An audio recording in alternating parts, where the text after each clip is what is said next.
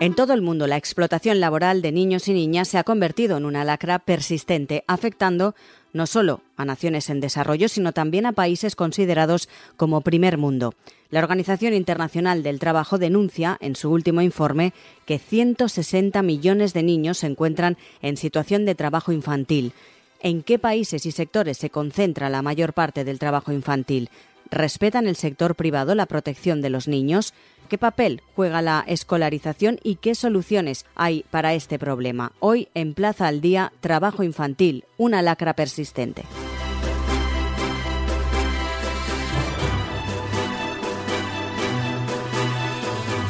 La Organización Internacional del Trabajo denuncia en su último informe sobre trabajo infantil, estimaciones mundiales, tendencias y el camino a seguir, que 160 millones de niños se encuentran en situación de trabajo infantil. Saludamos a Félix Peinado, es el director de la Oficina de la Organización Internacional del Trabajo para España. Señor Peinado, muy buenas.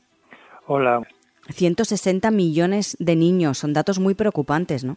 Pues sí, son datos realmente estremecedores y además son datos que están empeorando con el paso del tiempo, sobre todo a raíz de la pandemia, de la tan traída y tan llevada pandemia que ha empeorado tanto las condiciones de trabajo en el mundo, en todos los países, porque llevábamos 20 años de descenso de la tasa y del volumen total de niños y niñas trabajando en el mundo. Sin embargo, en los últimos 4 años se ha producido un incremento de 8, casi medio millones de niños y niñas trabajando en el mundo en 2020. Y las estimaciones que hacemos como Organización Internacional del Trabajo es que finales de 2022-2023 podemos estar ya en el orden de los 169 millones de niños y niñas trabajando en el mundo. Había un reto que teníamos como humanidad, que habíamos fijado dentro de los Objetivos de Desarrollo Sostenible, la Meta 8.7, que era la completa eliminación del trabajo infantil en el mundo para el año 2025. Y no solo estamos lejos de conseguirlo, sino que la tendencia es precisamente ahora mismo la contraria. Es decir, que va en aumento, no se ha estancado ni ha ido a menos. Efectivamente, ha ido a menos durante muchos años, durante los últimos 20 años. Teníamos una tendencia decreciente, pero en los últimos años, los últimos 4 o 5 años, se ha producido nuevamente primero un estancamiento y posteriormente un crecimiento. Un ascenso. Esto puede enmascarar un poco lo que está pasando en el mundo. Los datos globales, lógicamente, son los datos globales, pero se sigue produciendo una reducción del trabajo infantil en la mayoría de regiones del mundo. Se está reduciendo el trabajo infantil en Asia, se está reduciendo el trabajo infantil en América Latina y Caribe, en Europa. Es África la región del mundo donde se está produciendo un incremento dramático del trabajo infantil, que es el que está haciendo que los datos agregados de todos los países pues supongan este ascenso. Solo hay que pensar que en África una cuarta parte de los niños y niñas están trabajando, el 24%, mientras que el dato medio a nivel mundial estamos hablando del 9%. De esos 160 millones, 79 realizan trabajos peligrosos. ¿Cuál sería esa tipología de trabajos? Bueno, efectivamente, como usted dice, aproximadamente la mitad de los niños y niñas realizan trabajos que entrañan algún peligro para su seguridad, para su salud. Y además, no solo eso, sino que hay un dato todavía más estremecedor, y es que el 33,3 millones de niños están en situaciones de trabajo esclavo, en situaciones de trabajo forzoso.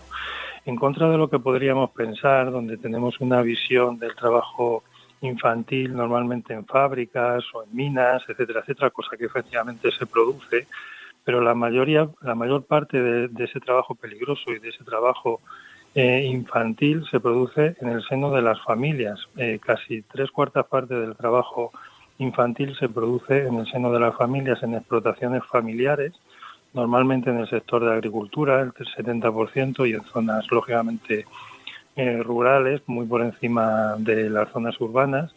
Y no es un poco la visión, como antes decía, que tenemos del trabajo infantil. ¿Qué ocurre? Que en esas explotaciones agrícolas y ganaderas, pues los niños y niñas pues están trabajando en situaciones pues de peligrosidad, y no se tiende a subestimar la peligrosidad de ese trabajo. ¿Sería, por tanto, ese sector el que aglutina mayor porcentaje de trabajo infantil o no? Sí, el sector de la agricultura agrupa el 70%, 112 millones de niños y niñas. De esos 160 millones, 112 millones están en el sector de la agricultura. Luego el segundo sector en prevalencia es el sector servicios con un 20% y termina el sector industrial con un 10%, unos 16 millones de niños y niñas.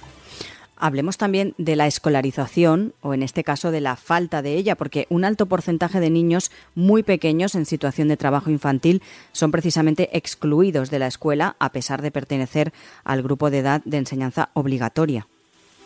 Uh-huh. Este es precisamente uno de los problemas y es uno de los círculos viciosos, ¿no? El 28% de los niños de entre 5 y 11 años no van a la escuela, de los que están trabajando, y el 35% de los niños entre 12 y 14 años no están escolarizados y están trabajando. Les excluye el hecho de estar trabajando, pues les excluye de la escolarización y esto supone una limitación de sus oportunidades de futuro y les crea un círculo vicioso en el cual estos niños, cuando se convierten en adultos, siguen siendo pobres, siguen teniendo una formación en la que ellos ven una cultura en la que ellos ven normalizado que los niños trabajen en explotaciones o trabajen para la familia y se reproduce de forma sistemática eso a lo largo de generaciones. Sin embargo, si consiguiéramos cortar en alguna de las generaciones esta tendencia, es decir, escolarizar a los niños, darles oportunidades, darles formación, pues esos niños, futuros adultos, pues no reproducirían en su nueva familia, en su familia, este tipo de comportamientos. Hay una componente, lógicamente, muy grande en estas situaciones de pobreza familiar, ¿no? Hay que pensar que 356 millones de niños en el mundo viven con menos de $1,9 al día, es decir, viven en situaciones de pobreza extrema. En estos países y en estas familias donde hay tal nivel de pobreza, donde hay tal nivel de falta de protección social, de falta de apoyo, de trabajo digno para los propios padres y madres, pues es donde se producen estas situaciones de trabajo infantil familiar. Por desgracia, tenemos que afirmar, no sé, corríjame usted, va a depender de dónde nazcan esos niños y niñas para que tengan esos trabajos o sean explotados. Es así, ¿no? Por desgracia. Por desgracia es así. Como ocurre en todo, pues donde hay oportunidades, pues la gente puede crecer y puede desarrollarse y desarrollar esas oportunidades, y donde no las hay, pues lógicamente no queda más camino pues que crearlas o que la emigración. Como antes decía, pues donde más se está produciendo esta situación y además está creciendo es en África. Sin embargo, Europa pues no estamos precisamente bien. El 2,3% de los niños y niñas europeos están trabajando. No quiero decir que sea Europa la peor región del mundo, que no lo es, que es la mejor, pero no quiere decir tampoco que estemos en situación óptima y que tengamos todo el problema resuelto en nuestra región.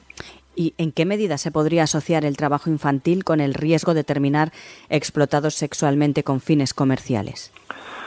Bueno, efectivamente, pues hay una situación de vulnerabilidad. Es decir, yo personalmente no veo una relación directa entre trabajo infantil y explotación sexual, pero sí la veo entre la pobreza y la vulnerabilidad de la familia y del niño, que lógicamente pues puede hacer que terminen pues en el peor de los casos o en uno de los peores de los casos en esta situación. Es una cuestión pues de que la familia no tiene recursos, no tiene cultura, no tiene educación, no tiene oportunidades, no tiene apoyo social ni tiene apoyo de los estados, porque no tienen mecanismos de protección social. Casi 1.500 millones de niños no tienen ninguna en el mundo, no tienen ningún tipo de protección social, que es una situación que además está empeorando también con motivo de la pandemia, y todas esas circunstancias acumuladas pues devienen en que los niños trabajen, o en el peor de los casos, como antes decía, pues que además pues ese tipo de trabajo sea un trabajo forzoso de explotación sexual. Por último, señor Peinado, el informe insta a los países, especialmente a los industrializados, a mejorar la recolección de datos y las herramientas estadísticas en este tema concreto, con el fin, sobre todo, de que la verdadera extensión del problema pueda ser verificada. ¿Qué se está haciendo mal en este sentido, a su juicio?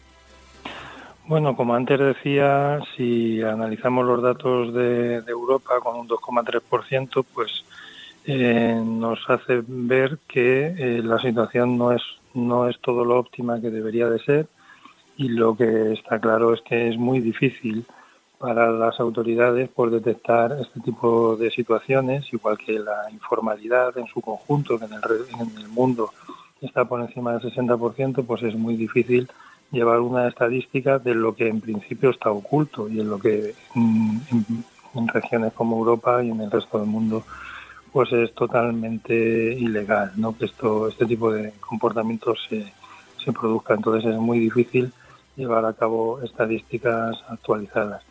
¿Qué se está haciendo mal? Aparte de la recolección de datos, que lógicamente es muy importante, pues lo que la OIT está combinando a los países del mundo es en dar a los niños y a las familias las oportunidades de las que carecen, es decir, darles oportunidades de trabajo digno, de trabajo decente para las personas adultas, darles oportunidades de educación, darles protección social para casos de desvalimiento en el cual no tengan que acudir a forzar o al trabajo infantil, y que en esas zonas rurales donde se asienta fundamentalmente el trabajo infantil de forma más persistente, pues que se hagan programas de formación, programas de culturalización de estas personas, y que se establezcan también infraestructuras de tipo educativo, de tipo sanitario, para que lógicamente pues dar oportunidades de actividad económica y de empleo a estas zonas. Es decir, que queda mucho trabajo todavía por hacer. Claro, como yo creo que de alguna manera se viene a entender de esta entrevista, esto es una cuestión que tiene muchos factores, y cuando son muchos factores los que influyen sobre un suceso, sobre un acontecimiento, pues es muy difícil de acometer. Hay una cuestión cultural clara en el fondo de esto, pero hay una cuestión, como he dicho varias veces, pues de falta de actividad económica, de falta de oportunidades y de protección social, que tiene que ser acometida por los países. La OIT tiene varios programas de cooperación internacional en Latinoamérica, en el Sahel, en África subsahariana, en África en su conjunto, en Asia, y está trabajando de la mano de las organizaciones sindicales, empresariales y de los gobiernos, precisamente para luchar contra esta lacra que es el trabajo infantil en el mundo. Félix Peinado, director de la Oficina de la Organización Internacional del Trabajo para España. Gracias. Un placer, muchísimas gracias.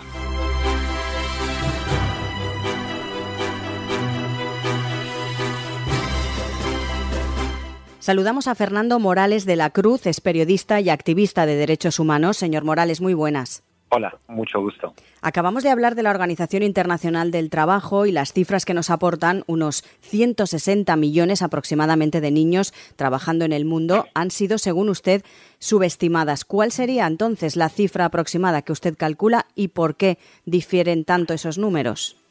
Bueno, yo he dicho desde hace varios años que las cifras de la OIT y la UNICEF subestiman el trabajo infantil en Asia por más de 100 millones, en África por más de 30 millones, en América Latina por más de 20 millones y también en la Unión Europea, Estados Unidos y otros países desarrollados. Entonces, al final tenemos un poco más de 300 millones de niños trabajando hoy, y hay un estudio de académicos de las universidades de Zúrich y Pensilvania que estima el trabajo infantil en 375 millones de niños, es decir, 215 millones de niños más que lo que dicen las organizaciones UNICEF y OIT. ¿Y por qué cree usted que hay tantas diferencias en cuanto a cifras? Bueno, la verdad es que por razones políticas ni UNICEF ni la OIT quieren decir la verdad de cuántos niños trabajan en ciertos países de Asia, y todos sabemos que Asia es donde se concentra la mayor parte de la población mundial. Por razones políticas, ni UNICEF ni la OIT quieren hablar de cuántos niños trabajan en la Unión Europea o en Estados Unidos, y esto no puede seguir así, porque no se puede resolver un problema si no estudiamos su dimensión real. Tenemos que saber cuántos son, dónde están y para quién están trabajando todos estos niños. Hay que poner el foco también en los beneficiarios de ese trabajo infantil. ¿Quiénes serían esos principales beneficiarios? Desafortunadamente hay cientos de empresas que utilizan el trabajo infantil en sus cadenas de suministro como un mecanismo para reducir costos e incrementar utilidades. Y cuando digo cientos me refiero principalmente a las grandes corporaciones que tienen a cientos de miles de niños en sus cadenas de suministro.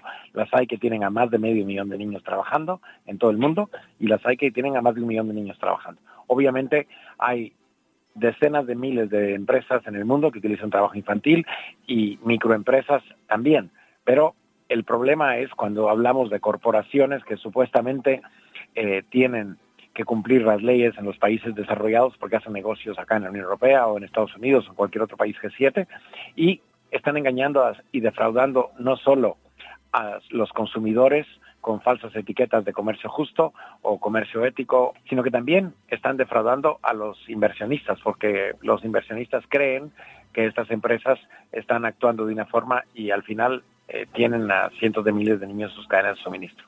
Solo para darle una idea, el Foro Económico Mundial, que se reúne en Davos desde hace 53 años, dice que está mejorando el estado del mundo, y en ese grupo de 2.500 delegados, élite política y económica del mundo, hay más de 75 millones de niños en sus cadenas de suministro, y son apenas 2.500. Entonces tenemos un problema muy grave, porque no existe realmente un análisis serio de dónde están estos niños, cuántos son. En la Unión Europea no hay un solo estudio, excepto el de Italia, que diga cuántos niños están trabajando dentro de la Unión Europea. Italia acaba de reconocer que ellos tienen un problema de trabajo infantil de más de 300,000 niños. Pero bueno, lo reconocen. Ahora van a poder empezar a estudiar el cómo resolverlo. Pero hay países de los otros 26, porque son 27, que no han hecho jamás un estudio de cuántos niños trabajan ni para quién trabajan. Y esto no puede seguir así. La Unión Europea nunca se ha puesto a analizar cuántas decenas de millones de niños están trabajando en sus cadenas de suministro. ¿Cuáles serían, a su juicio, las secuelas para los niños que sufren ese trabajo infantil? Bueno, la verdad es que el trabajo infantil es causa de la pobreza, y la pobreza es causa del trabajo infantil. Entonces, cuando un niño no estudia, está condenado a vivir en la pobreza. Y eso no puede aceptarse, porque todos los niños tienen derecho a la educación. Yo estoy abogando porque todas las niñas y todos los niños del mundo tengan y gocen del derecho de la educación, y que podamos eliminar el trabajo infantil obligando a las empresas a contratar adultos. En nuestro país, en España, ¿cuál sería su estimación de trabajo infantil? Bueno, no tenemos un estudio académico o un estudio serio sobre España, pero yo estimo que hay por lo menos 200,000 niños trabajando en España, y que la gran parte de estos niños trabajan en la agricultura, en las cosechas. Desafortunadamente, algunos de estos niños son niños indocumentados, la gran mayoría son niños migrantes, y tenemos un problema de subregistro no solo en España, sino en toda Europa, porque hoy la Unión Europea no puede decir tenemos tantos niños trabajando y tenemos tantos por país, excepto por el caso de Italia, que Italia lo admitió.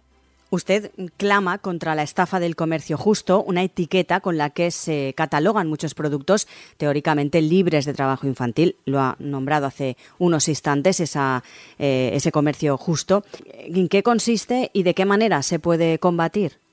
El problema es que el comercio, para ser justo, tendría que ser justo según el diccionario. Eso quiere decir que es justo para el comprador y para el vendedor. Pero en el caso del consumidor, está siendo estafado porque le dicen que un producto es ético, que no tiene trabajo infantil, que respeta los derechos humanos, que los productores están recibiendo un precio digno. Pero al final, si analizamos el precio del café de comercio justo, ahora lo van a incrementar, según ellos, entre comillas, pero le van a pagar al productor de café de comercio justo la mitad de lo que recibía en 1983. Entonces, claro, si alguien le paga a los productores cada vez menos, pues obviamente hay miseria, hambre, desnutrición y trabajo infantil. Vamos a intentar acabar con un mensaje positivo. ¿Qué habría que hacer, a su juicio, señor Morales, por tanto, para eliminar el trabajo infantil en la cadena de suministro de un país?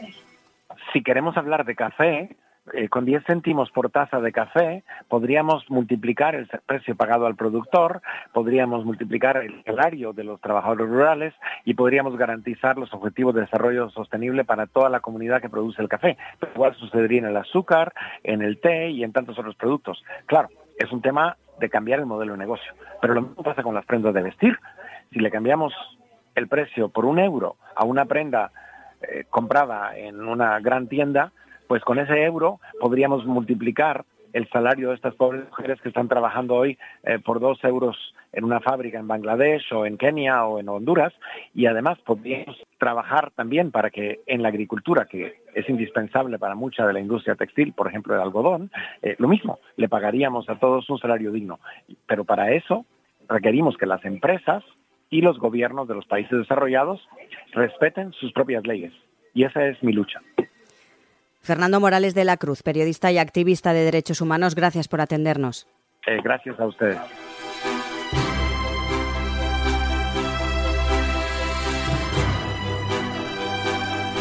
World Vision es una ONG que trabaja para detener la esclavitud y para poner fin al trabajo infantil. Para saber más sobre ello, saludamos a Eloísa Molina, es la directora de comunicación de World Vision. Señora Molina, muy buenas. Muy buenas, ¿qué tal? Muchísimas gracias. Lo primero que hay que entender es el papel tan primordial que tiene la educación de los niños para evitar el trabajo infantil, ¿es así?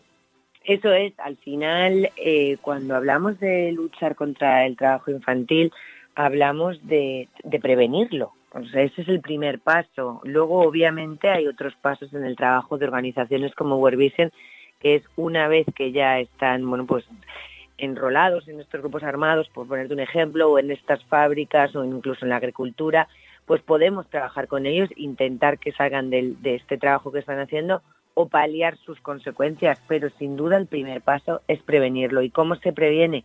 Pues con educación. Grandes proyectos de educación que fomenten que estos niños y niñas continúen yendo a la escuela y también con apoyo a los medios de vida de sus cuidadores.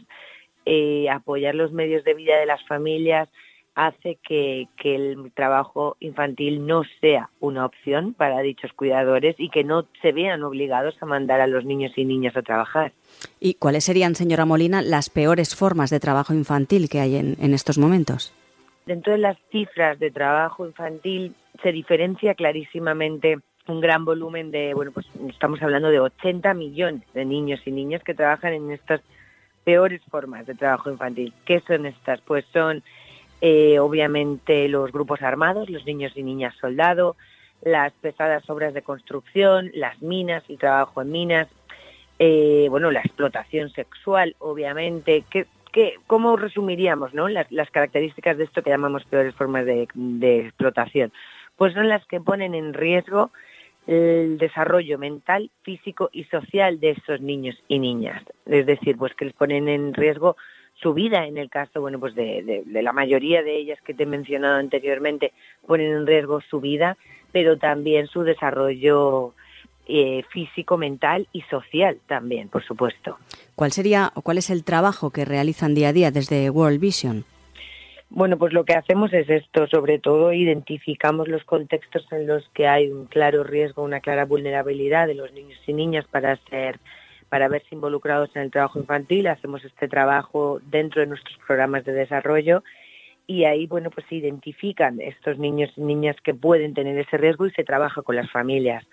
Se habla con las familias para llegar muchas veces a términos medios para que nos podamos entender.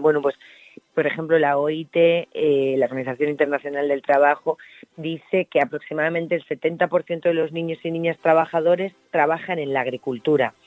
¿Qué quiero decir con esto? Pues que en muchos países con los que hemos trabajado esta temática, sencillamente las familias necesitan que los niños y las niñas les echen una mano, les ayuden en el campo, les ayuden con la recolección de fruto, de lo que sea. Lo que hablamos con las familias es que en todo momento ese trabajo infantil vele por la seguridad física del niño y que sea el menor tiempo posible, que sea un tiempo que no sea incompatible con la escolarización, con la educación y por supuesto también con su desarrollo social. De tal forma, que se llegan a acuerdos con las familias que estos niños puedan apoyar en sus casas, los campos de sus familias, 2 horas al día, por la tarde, cuando no impida. Esto es algo que hacemos. ¿Cómo podemos hacer esto? Pues trabajando con medios de vida, lo que os comentaba al principio. Son proyectos que fomentan que las familias tengan ingresos, tengan sus propias financiación para llevar a cabo su vida y no se vean obligados a tener a sus hijos e hijas explotados en sus propios terrenos, porque muchas veces estamos hablando de trabajo dentro de la propia familia. En otros casos que estamos hablando ya de trabajo externo, de explotación, pues lo que hacemos es trabajar con estos niños y niñas para que esto se reduzca el máximo posible, de muchísimas formas. Pues con estos niños y niñas, en muchísimos casos lo que hacemos es proyectos de educación dentro de las fábricas, que al menos los niños puedan tener acceso a ese tiempo de educación, a ese tiempo de esparcimiento, de estar con otros amigos y amigas de su edad. Y, por supuesto, también trabajamos en incidencia política. Es fundamental cambiar las legislaciones, tanto local como internacional, e involucrar a las empresas, grandes sectores y grandes empresas, que son actores fundamentales en la lucha contra el trabajo infantil. Decía usted luchar por esa investigación, por las leyes, pero ¿queda mucho por avanzar en este sentido? Sí, queda mucho por avanzar. Sobre todo, no tanto, es uno de los pasos, ¿no?, dentro de esta incidencia política que hacemos desde organizaciones como World Vision. No es tanto cambiar las legislaciones, que en la mayoría de los países, ¿no?, de los que vemos trabajo infantil o de los que trabajamos contra el trabajo infantil, ya están prohibidos.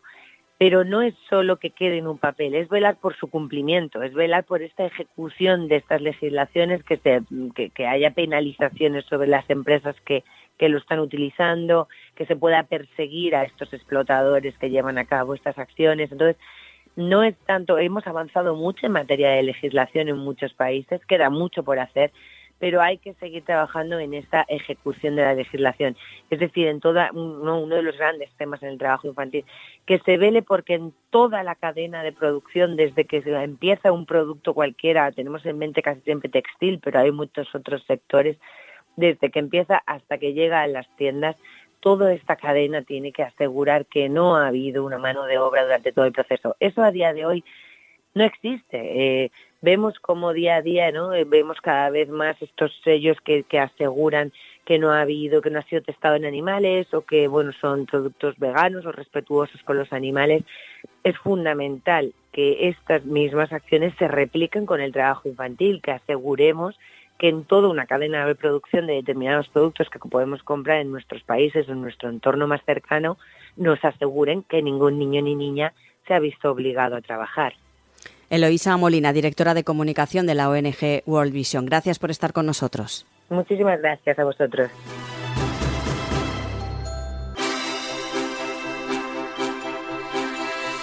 Trazando el camino, integración de los derechos de los niños, niñas y adolescentes en la conducta empresarial responsable. Es un estudio de Pacto Mundial España acerca de los derechos de la infancia y adolescencia al mundo empresarial. En concreto, esta publicación hace balance de los últimos 10 años de los derechos de los niños, niñas y adolescentes y los 10 principios y su implantación en el mundo de la empresa. Para hablar de ello, saludamos a Javier Molero, es el director de proyectos y Agenda 2030 de Pacto Mundial de la ONU en España. Señor Molero, muy buenas.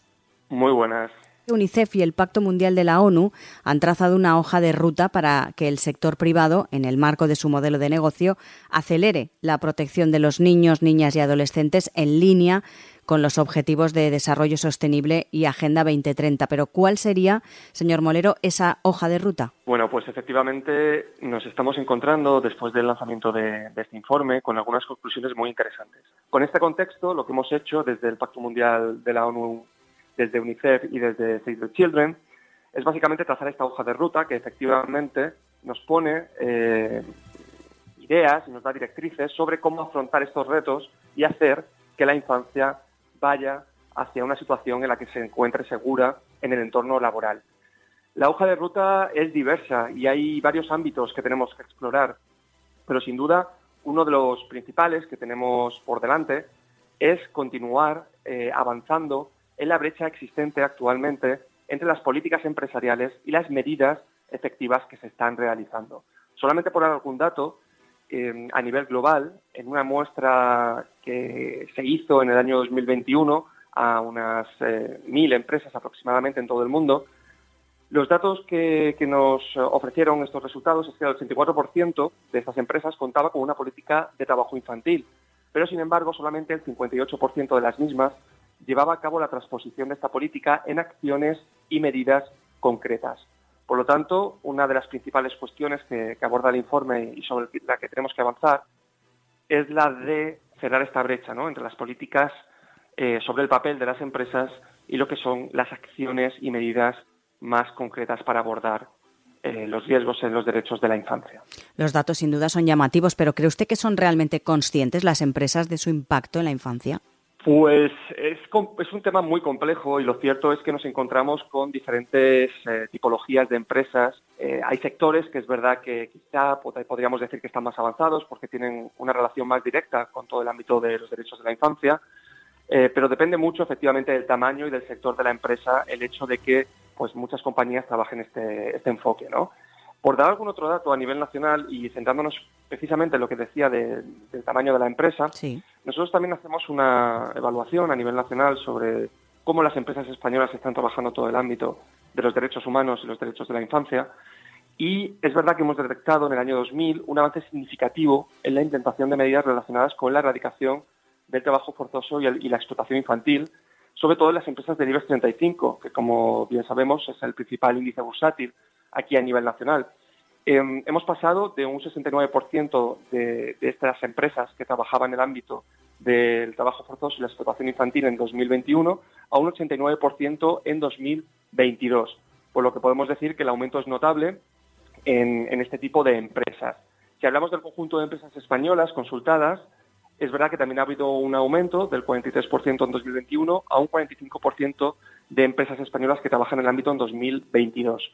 Esto no es suficiente, la mayor parte del conjunto de empresas españolas aún no trabaja el enfoque de derechos de la infancia, pero al menos sí que son datos que nos muestran que está habiendo una evolución lenta pero constante. ¿Eso se traduce en que se están haciendo las cosas medianamente bien o bastante mejor?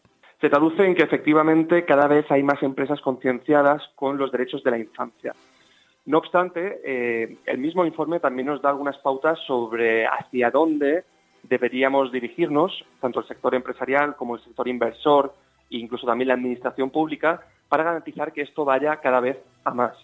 Hay un ámbito fundamental que quizá sí que es cierto que las empresas actualmente no están trabajando en gran magnitud, ¿no? Y es el hecho de que muchas empresas creen que cuando hablamos de derechos de la infancia hablamos únicamente de trabajo infantil, las cadenas de suministro, pero la realidad es que los derechos de la infancia van mucho más allá y es un aspecto que debe ser transversal a las diferentes áreas o departamentos de las corporaciones. Por ejemplo, hablamos también, cuando hablamos de derechos de la infancia, de todo el tema de la crisis climática y la contaminación que puede afectar a los niños, niñas y adolescentes. Hablamos también de estereotipos raciales y de género. Hablamos de explotación o de abusos sexuales. Hablamos del impacto de productos o servicios insalubres o poco seguros también para la infancia. O hablamos también, por ejemplo, de las prácticas o modelos de negocio online, que también pueden afectar de una forma directa a los niños, niñas y adolescentes. Por lo tanto, es importante que no solamente las empresas consideren la dimensión del trabajo forzoso infantil, que por supuesto es fundamental erradicarlo, pero que también tengan en cuenta la exposición de la infancia al marketing y la publicidad, el enfoque de contar a los niños, hijos sobre todo de trabajadores y trabajadoras en las empresas, y también considerar a los niños, niñas y adolescentes como usuarios de las plataformas digitales a través de los entornos donde, por ejemplo, viven o juegan. Claro, es un compendio, ¿no?, de variables. No solo hay que centrarse en los trabajos complicados o difíciles que se puedan realizar, por ejemplo, en un sector como la agricultura, ¿no?, que es el que más, en este caso, pues se realiza la explotación infantil. Efectivamente. El punto que nos dice el informe y sobre lo que tenemos que hacer mayor hincapié es el hecho de que, aunque efectivamente hay sectores pues más expuestos, ¿no?, a impactar en los derechos de la infancia, y bueno, aquí podríamos hablar del sector agroalimentario, del sector textil y de sectores donde, bueno, pues porque operan probablemente en países con legislaciones más débiles, pueden tener mayor riesgo, ¿no?, de tener impacto sobre todo en la cadena de suministro y sobre todo particularmente en temas de trabajo infantil. no tenemos que quedarnos solamente ahí, porque corremos el riesgo de que si hacemos esto no pongamos el foco sobre todos los otros impactos o riesgos que pueden tener el resto de sectores en los derechos de la infancia. Y como decía, no es solamente una cosa de la cadena de suministro, no es solamente una cosa de impactar en ámbitos relacionados con el trabajo infantil, sino que esto va mucho más allá y puede afectar al conjunto de sectores industriales a nivel nacional, a nivel internacional, y por supuesto también puede afectar a toda la tipología de empresas. Evidentemente una empresa multinacional va a tener más impactos en materia de derechos de la infancia, pero también una pequeña y mediana empresa, por ejemplo a nivel nacional, tiene que empezar a trabajar esta dimensión porque de una forma u otra también puede tener impactos, aunque sean de menor magnitud. Y señor Molero, por último, ¿cuál sería la recomendación principal del informe para las empresas en relación con los derechos de la infancia? Bueno, pues el informe nos da varias recomendaciones. Me gustaría simplemente centrar algunas de ellas y hacer un poco de hincapié en las mismas. Nos dice el informe que es fundamental formar principalmente a la alta dirección y a los CEOs y CEOs de las empresas, y sobre todo a la plantilla y otros grupos de interés como pueden ser los proveedores, los clientes, en temas de derechos humanos y derechos de la infancia. Esto es fundamental porque si no se forma a las empresas y no se forma a las personas que forman parte de las empresas, es difícil que podamos avanzar en la materia. También el informe nos habla de, como ya he comentado, integrar de forma eficiente la dimensión de la infancia en todos los procesos de derechos humanos de las corporaciones. También de incluir a las pequeñas y medianas empresas que forman parte de la cadena de suministro en todo este trabajo que desarrollan las corporaciones. Y por último, nos da una recomendación muy importante y muy relevante para las empresas, sobre todo europeas y españolas. Y es el hecho de que desde la Comisión Europea se está trabajando en una directiva ahora mismo de diligencia debida que va a afectar a todas las empresas europeas de más de 250 empleados y que las va a obligar a identificar y mitigar los impactos que puedan tener en toda su cadena de valor en materia de derechos humanos. Y lo que nos dice este informe es que nos encontramos en este momento crucial donde esta directiva se va a aprobar en los próximos meses o años por parte de la Comisión Europea y que las empresas, cuando hagan este ejercicio de diligencia debida, tienen sí o sí que incorporar la dimensión de los derechos de la infancia, porque es una oportunidad que no podemos perder ahora mismo para garantizar el bienestar y el cuidado de los derechos de los niños, niñas y adolescentes. Javier Molero, director de Proyectos y Agenda 2030 de Pacto Mundial de la ONU en España. Gracias por atendernos. Muchas gracias.